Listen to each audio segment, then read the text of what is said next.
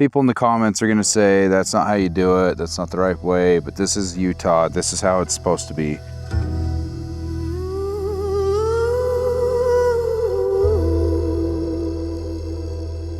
Sun crawls up slow through the canyon haze, cold steel waiting where the frost still lays. Boot in the gravel, coffee in hand, first cut of morning in the stubborn land. Bucket swings low like an old church bell, echo through hollows where the coyotes yell.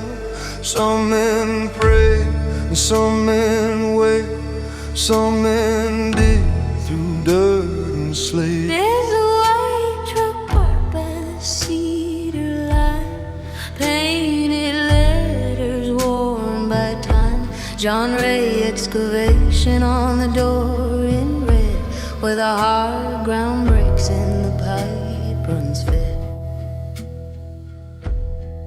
Guy there, John Ray Excavation again. Today, we're standing in the middle of a pretty big field. We're gonna do some perk tests. So we gotta do 2 perk tests. What I'm gonna do is start here, dig a hole here, down a little ways, then I'm gonna hand shovel with a post hole digger, put a pipe in. I guess you'll see the whole process, but we'll put a pipe in there, fill it with water, let it soak for 4 hours, come back the next day, the next morning, and run our test and document how fast it falls until it stops falling at 16th, no more than a 16th of an inch, I think in 5 minutes or something. I could be wrong. I got to double check on that. It's been so long since I've done one of these, but yeah, that's the process today. We'll dig one here, and then we're going to dig one way down there just to see how well this soil percolates. So stay tuned.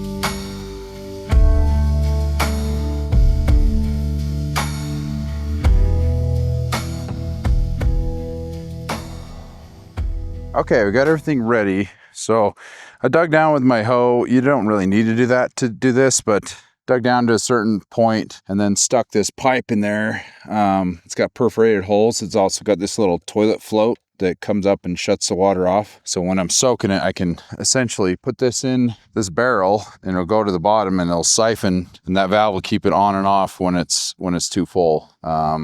Shout out to Adam at Alliance Engineering for letting me borrow this because I didn't have one of these. I need to build one, but he had one that I could borrow.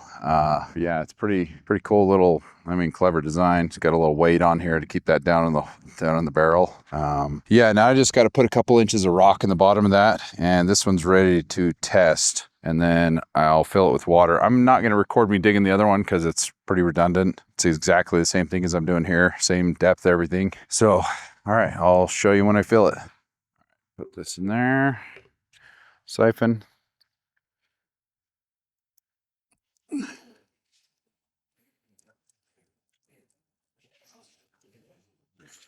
Might be a little slow.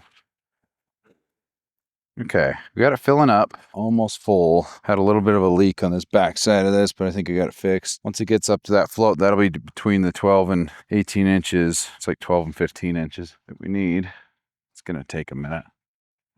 Okay, so how this works, just water coming out of that till the water hits the float. I think it's there. Watch till it turns off or shuts off to lower it a little bit. While that's filling, now people in the comments are going to say that's not how you do it, that's not the right way, but this is Utah, this is how it's supposed to be. We fill this line and let it saturate for 4 hours, which means it stays at this level for 4 hours. Then I shut it off and let it swell into the soil for 16 to 30 hours. And in between 16 and 30 hours when I come back and I run the test, which I put in 6 inches of water and monitor how quickly it drops, minutes per inch. Oh, There it goes. It's coming, floats lifting. Let's see if it shuts all the way off. That's just the way we do it here in Utah. It's, you know, I'm sure it's different in Mississippi. I'm sure it's different in New York. That's just the way we do it here. Some states, they just have you fill the hole and measure the drop, how fast it drops immediately. They don't even saturate the soil first, but it's just how we do it in Utah. So we have kind of a baseline and everything's kind of the same. So it doesn't make a difference whether it's a dry year or a wet year. Soil is going to be saturated before the test starts. Over a little bit.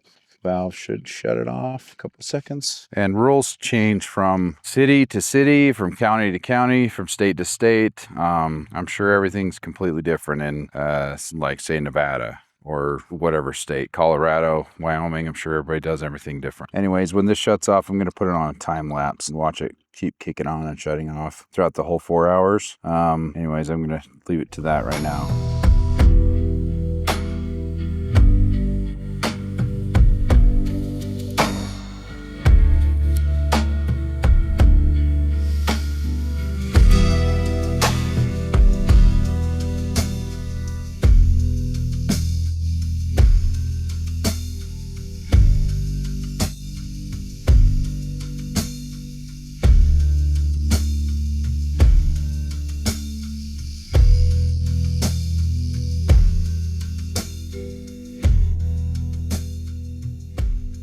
Okay, now as you can see, the ground around this hole is completely saturated. It's been 4 hours. I'm gonna pull this water off and let the ground swell, they call it, swelling for 16 to 30 hours before I come and perform the test, how well the ground percolates.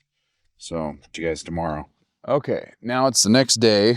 Been 16 hours at least. Now I need to measure up from the bottom. I want my line to be 6 inches above the gravel. 6, so I'll just have it a foot down to the water line. I'll just have to keep that measured as I pour it in there. And then this is some pretty slow draining ground, like clay type soils, like clay and silt. So I'm gonna try to run my test every 30 minutes, see how far it drops. Let you know how far that goes.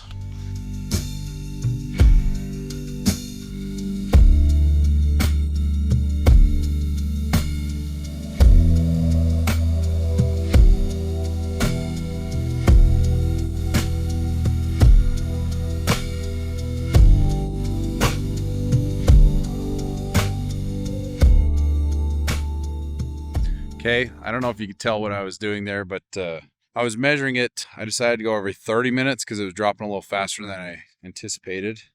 It's dropping about 1 inch every 30 minutes, but it needed to get within a 1/16 of an inch between 2 different results back to back. Ended up being about 15 minutes per inch.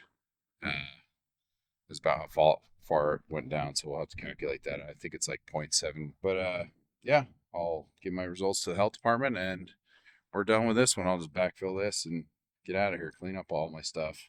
Anyway, thanks for watching.